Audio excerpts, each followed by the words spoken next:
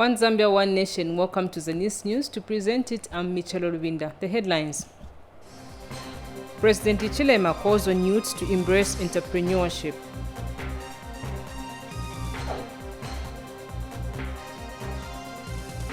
A 14-year-old girl defiled in Mumba district. 3 million Swiss francs sanitation project launched in Kayama district. And first ever Zambia Open Women Chess Tournament kicks off.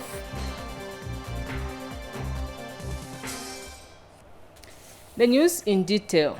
President Hakainde Hichilema has graced the National Youth Indaba with a call for youths to embark on entrepreneurship. And President Hichilema also challenged youths to refrain from illicit sexual behavior, alcohol and drug abuse, but instead be agents of national development. The president was speaking in Lusaka today when he officiated at the National Youth Indaba ahead of Youth Day, which falls on Sunday, March 12, 2023. Join Mtalekani with the details. Youths from different walks of life today gathered in Lusaka for the National Youth Indaba. The Indaba, which attracted 2,000 youths from all the 156 constituencies, was graced by President Hakainde Hichilema. The Indaba was being held ahead of Youth Day, which falls on Sunday, 12th March. President Hichilema urged the youths to embrace entrepreneurship. Also say we want you to work towards working for yourselves, because not everybody can get a formal job. You can employ somebody in addition to yourself. You can employ your young sister, your brother. You can employ your nephew. You can employ your cousin, yourself. Bill Gates started building Microsoft in a garage. For your own information, he took a route away from further education and went into entrepreneurship as a young person. The president also told the youths to refrain from alcohol and drug abuse. Let's move away from alcoholism. Let's move away from drugs. Let's move away from molestation of people younger than you. Let's move away from vices that take away rather than add. Let us not abuse social media. One thing that has become a menace now to everything is social media, where lies are offloaded. President Hichilema then proceeded to participate in a roundtable discussion. Many young people think agriculture is for old people. No. No. If you are from Rwapula, you were brought up in a fishing culture. Take it up, become a fish farmer. We have developed and almost in the final stages of finalizing a joint program with the United Nations and the government of Zambia. This is a practical program where we are talking about empowering the youth, entrepreneur skills, the internship programs that the minister spoke about. And the youth thanked the president for gracing the occasion. We are therefore grateful that as our leaders, you could find the time to be here, to engage with us, to sit with us, to listen to our voices. This is a rare honor and privilege, and we are forever indebted to you. The Indaba was being held under the theme, Transforming Minds for Accelerated Youth Development. Mtalekani for Zanis News in Lusaka. Attorney General Mulilo Kabesha says high-quality legislation is part of sound regulatory policy which can contribute to economic development and societal well-being at both local and international levels. Mr. Kabesha says government has continued to prioritize the establishment of a sound legal environment that supports the rule of law, peace, justice, civil liberties, and the security of the law. He was speaking at the Zambia Institute of Advanced Legal Education's yearly postgraduate diploma in legislative drafting program graduation ceremony in Lusaka today. The Attorney General has since urged the 69 graduating students to always do thorough legal research and study the applicable constitutional provisions of the existing laws, rules, adjudication, and executive orders. Meanwhile, Ziali Director Annie Malata said the legislative and drafting program is designed to train lawyers in the skills of drafting legislations. Allow me to state this fact that high-quality legislation is part of sound regulatory policy which can contribute to economic development and societal well-being at both local and national level. The new Dawn government, ladies and gentlemen, continues to prioritize the establishment of a sound legal environment that supports the rule of law, peace, justice, civil liberties, and security of law. The government has a mission to foster accelerated national development through the mobilization and sustainable use of human and natural resources for the empowerment of every Zambian citizen. The legislative drafting program is designed to train lawyers in the skills of drafting legislation to regulate and develop the nation. Zambia and other countries in the region still require more expertise in legislative drafting, as it is key to socio-economic development. The legal profession plays a major role in drafting sound legislation, treaties, and contracts. And Copperbelt Provincial Minister Elisha Matambo has urged procurement officers in government institutions to orient themselves with pieces of law that guide their operations.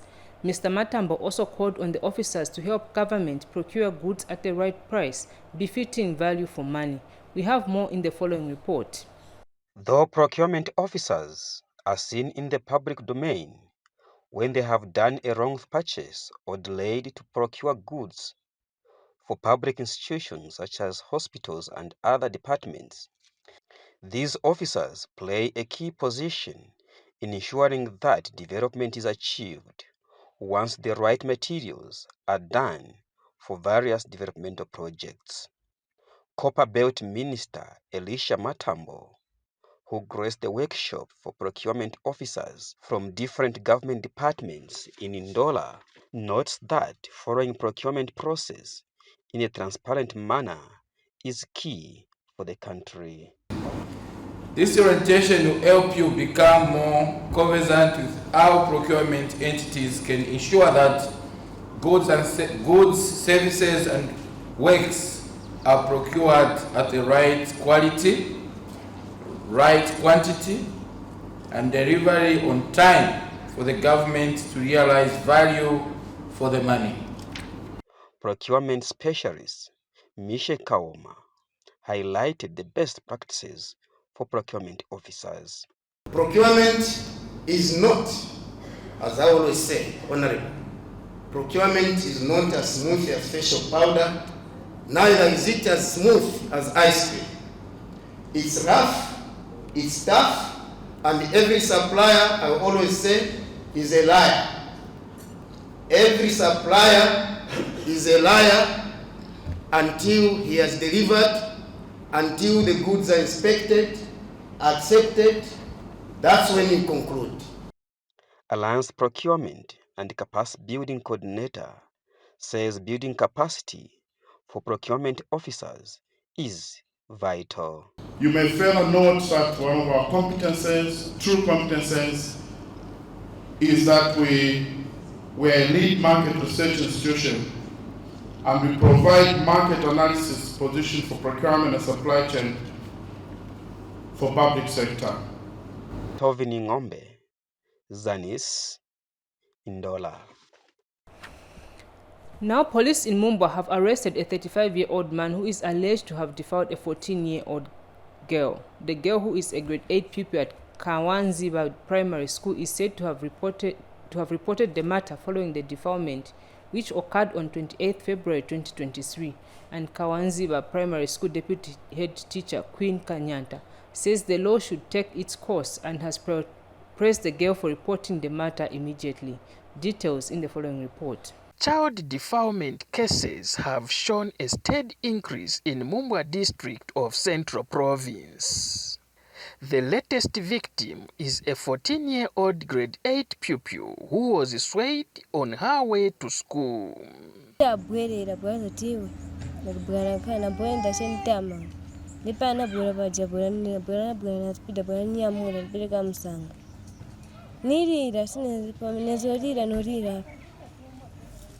Maneuvers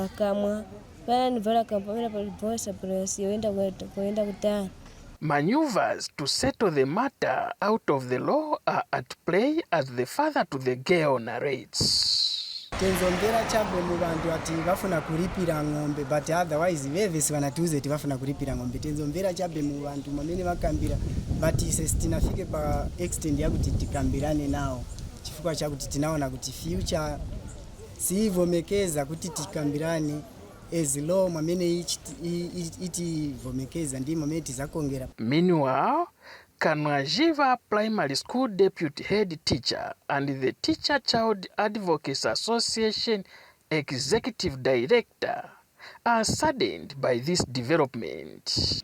But it was very unfortunate. Being a mother, up to now when I see a girl, I feel my heart is bleeding. And the girl is not even concentrating in class. It's like everyone is talking about her. She's ever alone, but I try by all means to counsel the girl and talk to her. As an organization, we are so disheartened. We will ensure that from the start of this case, we want to see to it that the suspect is brought to book. And also, Kruger Siankuru. We move to Mchinga Province. All is set for the 2023 Youth Day commemoration in Chinsali District. Speaking in an interview during the rehearsals for the event, Mchinga Province Youth Coordinator Vincent Stali urged youths to take advantage of the empowerment programs government is rolling out to all parts of the country. This year's Youth Day commemoration will be celebrated under the theme Transforming Minds for Accelerated Youth Development. Miriam Kumwenda reports. Preparations for this year's Youth Day celebrations are on course in Chinsali District in Mchinga Province. A check this morning at the Civic Center Sinotov found youths practicing various drills ahead of the event this Sunday. Mchinga Province Youth Coordinator Vincent Stali says all is set for the day. Preparations currently are going on well. We have already set the venues. After the wreath laying, there will also be the general activities that will take place at President's Park. We have organized through the schools to ensure that they have drama, poetry, and that is also towards the interpretation of the theme, as well as the expositions.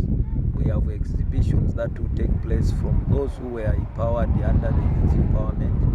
And as they are exhibiting, they will be showcasing that there is a transformation in terms of mindset, so that the youths are able to be self-reliant and also contribute to the economic development of the nation, and Mchinga in particular. Where the cadets, they are ready to celebrate. We are set to go on our day. We are ready to celebrate the day because it's our day. Mr. Stali has also called on youths to own their day by celebrating it in style. I urge all the youths to come forward and joyfully in numbers and celebrate their day.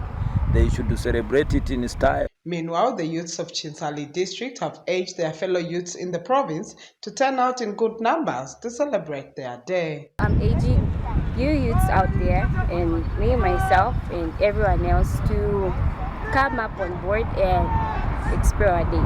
The 2023 Youth Day will be held under the theme Transforming Minds for Accelerated Youth Development. Miriam Kumwenda reporting for Zanis in Chinsali District, Mchinga Province. Stakeholders in Mansa District have organized a youth indaba aimed at exposing youths to opportunities available for empowerment. Mansa District Commissioner Irene Chivweta has officiated at the indaba and has challenged young people in the country to take advantage of the many opportunities that government has continued to create for them. More in the following report by Kennedy Chomba. Over 300 youths in Mansa District have gathered at Mansa Trade Training Institute for Youth Indaba, where a number of issues concerning young people have been discussed. The organizers of the Indaba have challenged young people to look for opportunities as opposed to waiting for things to be done for them. I want to implore young people in the district, in the province, and the country as a whole to start changing mindset on how we approach youth matters. You know, as young people, mainly, you know, they are known as young people who cannot search for opportunities. But the government has provided all the opportunities. It's high time that young people should stand up and start thinking outside the box, in searching opportunities, in searching information, in doing whatever is needed for them to thrive. Massa District Commissioner Irene Chiweta, who graced the occasion, highlighted on what government is doing for the young people in the country. The 2023 National Youth Week is focusing on the provision of sustainable youth empowerment, which will sooner or later enable the youth to be productive and not dependent. Meanwhile, Chiriapa Ward Councillor in Massa Central Constituency has appealed to the young people not to shun government offices. Our district, Massa can only develop if we take in interest. No, you see problem that we want to advocate to the council. Did you go and knock in the campus office, director's offices? Did you even call the councillor to ask? But the only thing that you do, go on social media and complain.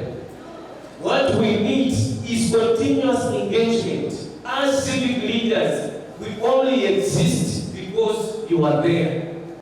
The Youth Indaba is part of the celebration of this year's Youth Day, which will be commemorated under the theme, Transforming Minds for Accelerated Youth Development. Kenneth Chomba, reporting for Zanis News in Massa District.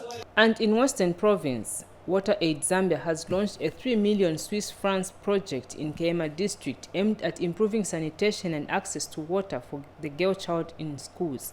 WaterAid Hygiene Behavioral Change Programs Manager Waliana Chula said the project will be implemented in 10 schools. Here are the details. Girl children in rural parts of the country are normally faced with challenges in attending classes during their menstrual cycle due to lack of sanitary material.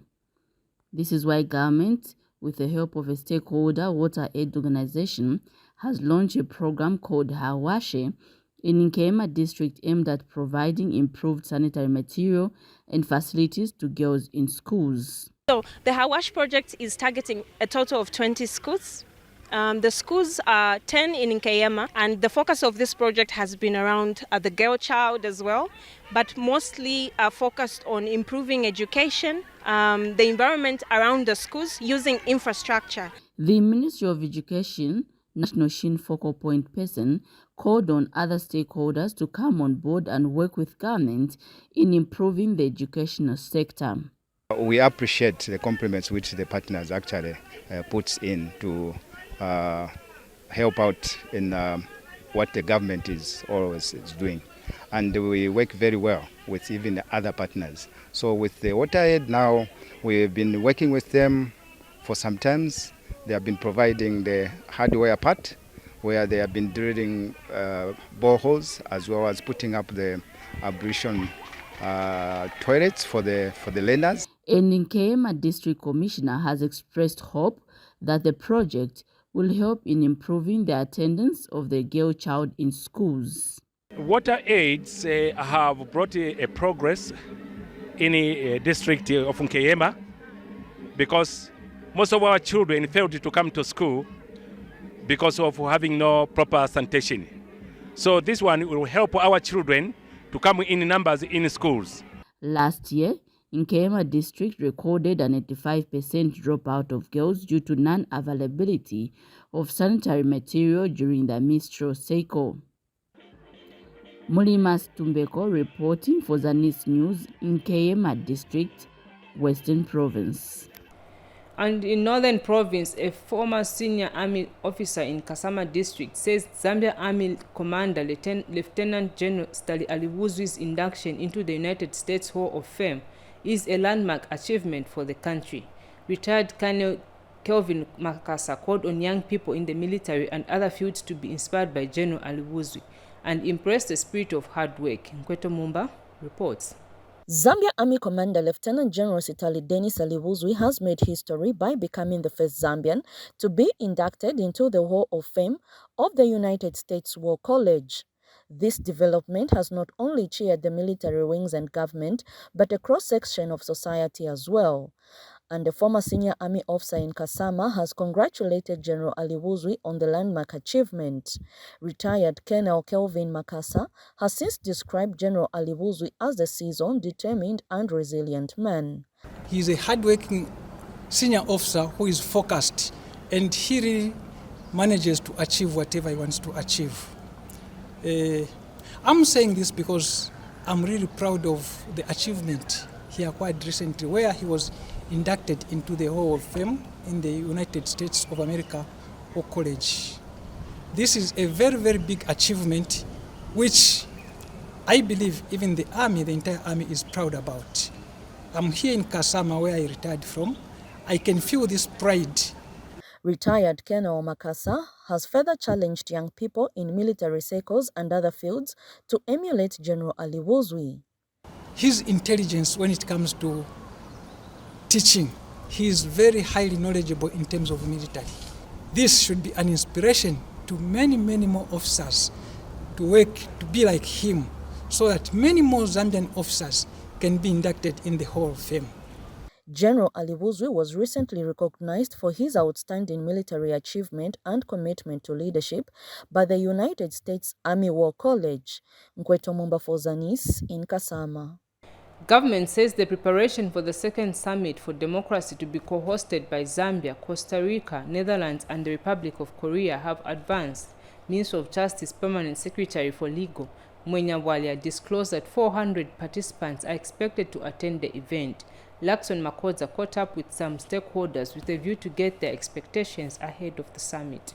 As Zambia prepares to host the African circuit of the Second Summit for Democracy, which is slated for 29th and 30th March 2023, stakeholders have called on government to use the meeting to highlight the gains the country has made in the quest to enhance democracy and learn best practices from other thriving democracies.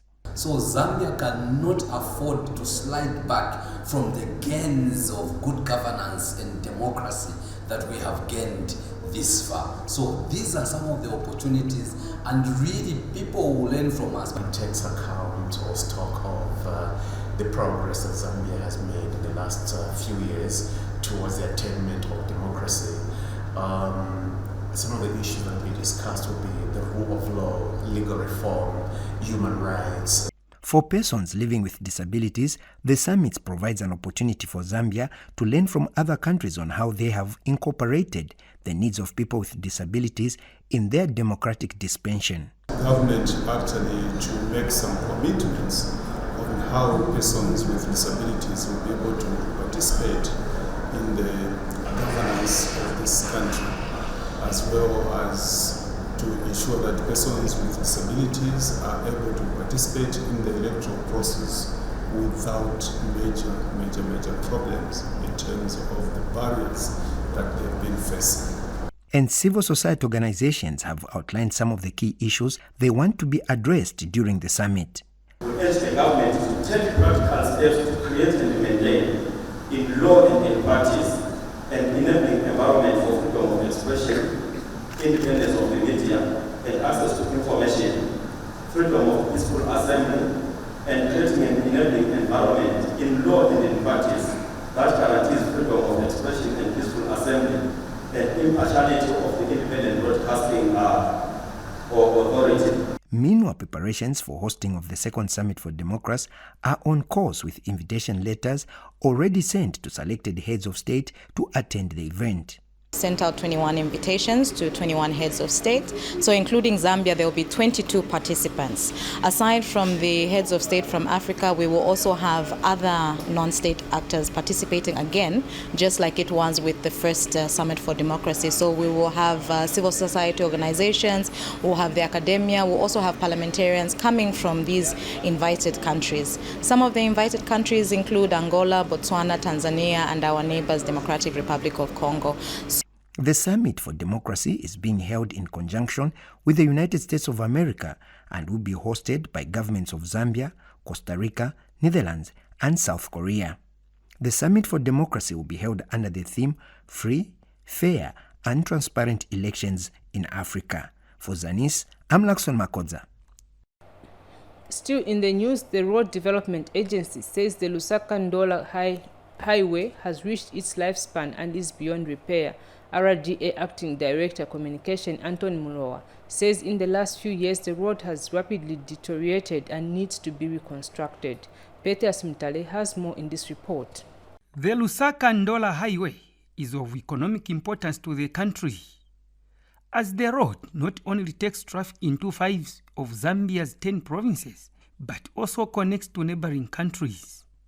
But owing to the poor state of this road, many travelers and motorists have been complaining the terrible state of this highway. The Road Development Agency, RDA, say it is against this background that the government has signed the long-awaited upgrade of the road. I must hasten also to mention that we are pleased as the Road Development Agency that through the PPP arrangement, we are going to expand, not only rehabilitate, but expand this very important corridor. If you look at almost 80% of our road network is not in a good state. And as you are aware, the country has been undergoing debt issues. We have, as a country, a huge debt burden, which has slowed the implementation of projects in the road sector. And Road Transport and Safety Agency, RATSA, says statistics of 2022 shows that 67% of road fatalities are registered on this highway. For us as an agency, this is one road. We have made recommendations to, our sister agency, the Road Development Agency, that it should be turned into a dual carriageway way back in 2021, and that was after our findings that some of these accidents could be mitigated if we had a dual carriageway. This, as I said, is a road that is passing through 3 provinces, and when we looked at the records, the statistics, it showed that it recorded the most accidents when compared to other stretches of the road network in the country. The upgrade of this road to a dual carriageway will be a dream come true. Pethias Mutale for Zanis News in Lusaka. In energy news, the Energy Regulation Board, ERB, has held a public hearing with various stakeholders on ZESCO Limited's application for an upward adjustment for electricity tariffs for a period of 5 years from 2023 to 2027. Speaking during the hearing at Mulungushi International Conference Center in Lusaka, ERB Board Chairperson Reynolds Buwa says the board's final decision will be a blend of consumer submission and ERB's technical assessment of the application. Mailes Kabengo has more in the following report. One of the key functions of the Energy Regulation Board, ERB, is to determine, regulate, and review charges and electricity tariffs in Zambia. For this reason, ERB has held a public hearing on ZESCO Limited's application to increase electricity tariffs by 37% for the period of 5 years from 2023 to 2027. In its application, ZESCO Limited has cited the rising cost of power purchases from independent power producers that has widened the gap between the costs and revenues, among others. The KPIs that ERB generates, we appreciate that, but we are actually saying if our proposed tariff is granted, we assure you that there will be improved service delivery and also security of supply. Changes in the cost of generating, transmitting, distributing, and supplying electricity. That has also been one of the issues that have actually led us to ask for a tariff adjustment. All these issues, they actually speak to financing. If we are to expand our system and the system and customer-based expansion, we need financing. At the average tariff of 0.92 kwacha per kilowatt hour, or under 5 cents per kilowatt hour, it is very unsustainable. And various stakeholders in their submissions say an increase in electricity tariffs will negatively affect their cost of production. So the impact is that, of course, this will increase the cost of production in the sector. That will lead to increase in the price of the final goods and the local products that will be produced. And this will cause the manufacturers to be uncompetitive on the market because their imports are coming to the country that compete with locally produced goods. So the import tends to be cheaper and hence a perfect substitute for the locally produced goods. The tariff adjustment proposal is the best I've ever seen. It's clearly been well thought through compared to previous tariff proposals. I'm rather concerned by the wideness of the gap between the highest bands and the lowest. I understand the reason for this is to discourage usage. Zesco is the only company I know of that begs its customers to use less of its products and promotes and recommends that they switch to its competitors like solar and gas. There's something seriously wrong with this as a business model. I prefer that the highest rate is above cost, but not so far above cost as to totally discourage use. The separation of water companies to their own tariff is excellent, as is the increase in the number of tariff bands. I think it will achieve its objective of cushioning the smallest users. However, I think there is unlikely to be much increase in small users because of the high connection fees. So the people who would benefit the most from the lowest tariff cannot afford to connect. The proposed increase in tariff by Zesco will be affected tremendously. Will be the loser. That means Kafue, as you see it, these days won't be there. Will go back. And it will affect a lot of people. And also, as I told by my colleague, the impact on the economy of the country will be tremendous. The second thing is that at the end of the day, as proposed by Zesco, we'll close the plant. For ERB, stakeholders' consultation is integral to the tariffs review process, and the verdict will be made within 30 days. The ERB is committed to ensuring a transparent and open tariff determination process. In that regard, this public hearing allows for direct participation and engagement with consumers, which is essential to building trust and better understanding of ERB's regulatory decision-making processes among all our stakeholders. As you will recall, the ERB circulated Zesco's full and detailed application through a wide array of communication channels to make it accessible to the public for extensive review and analysis. Indeed, a number of stakeholders made well-informed submissions for the consideration of the board. I wish to assure you that in line with the law, ERB is cognizant of the need to safeguard the interests of consumers and that the consultative process being undertaken is towards that end. Maidis Kabingo. For Zanis.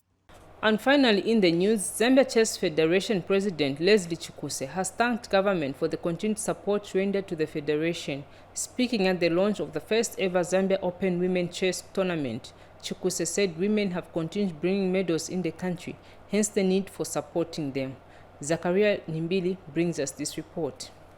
The first ever women chess tournament in Zambia has commenced today at Lusaka's Fairview Hotel. Zambia Chess Federation President Leslie Chukwuse has since thanked the government for the support it has rendered to the federation.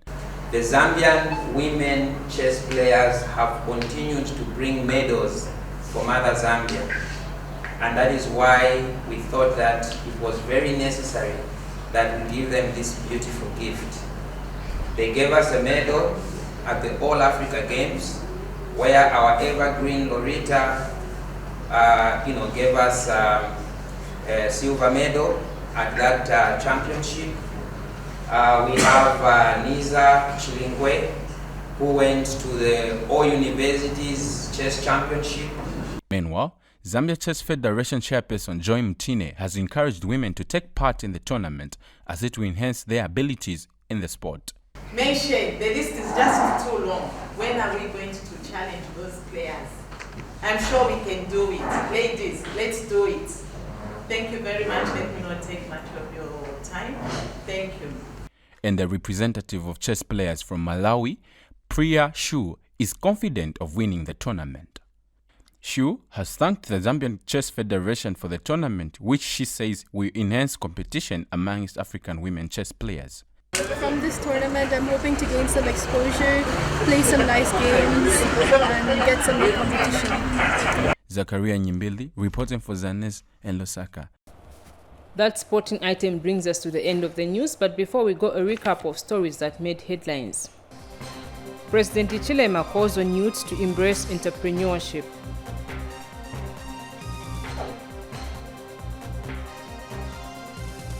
A 14-year-old girl defiled in Mumba district.